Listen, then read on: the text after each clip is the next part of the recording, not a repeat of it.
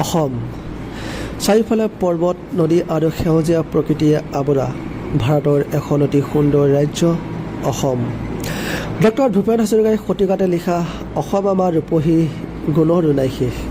কিন্তু সঁচাকৈ অসমখন গুণৰ চহকী হয়নে, বা বৰ্তমান এই অসমখন গুণৰ চহকী হৈ আছেনে? এতিয়া চাওঁ আহকচোন সোণৰ অসমৰ কেইখনমান প্ৰকৃত প্ৰতিচ্ছবি।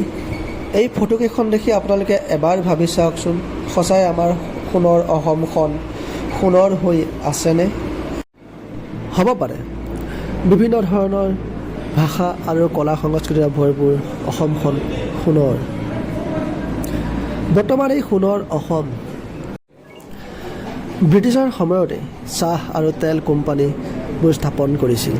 কিন্তু স্বাধীনতাৰ পিছত আজিলৈকে এইখন অসমত উন্নতিৰ নামত এটা উদ্যোগো স্থাপন নহ'ল।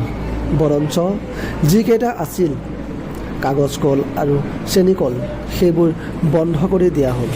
যদি ইচ্ছা কৰিলে হয় মহান ব্যক্তিসকলে, তেন্তে এই কাগজ কল আৰু চেনী কল নিশ্চয় পুনৰ উদ্ধাৰ হ'ল হয়।